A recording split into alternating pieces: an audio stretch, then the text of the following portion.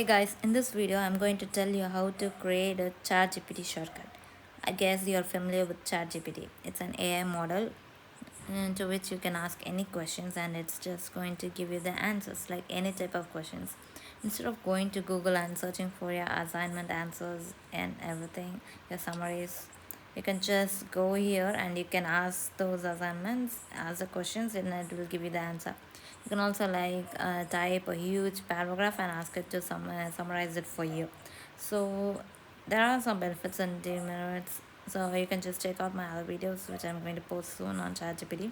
But for now I'm going to tell you how to create a shortcut.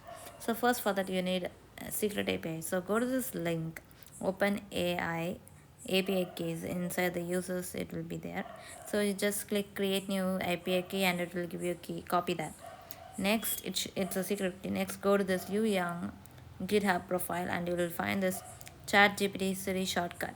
So scroll down and you'll see Siri 1.2.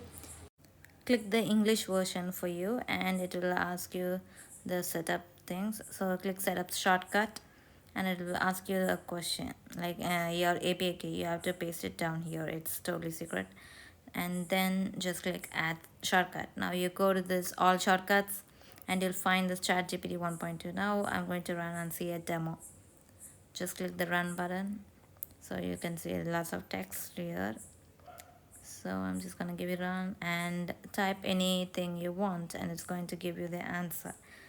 So I'm just going to type give me ideas for a podcast. Okay, so let's see what it gives me.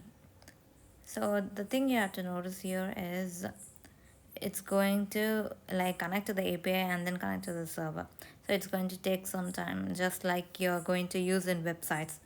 So I'm now running this. It's still running, as you can see. So yeah, I got the answers. So it gave me like 10 ideas.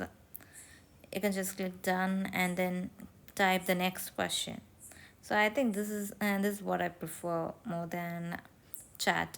But of course, in the website, you can actually get access to all your chats, like separate chats just like in contacts. But here you can just get your immediate questions, not the history. So I think this is like something really cool. Hope you can use it.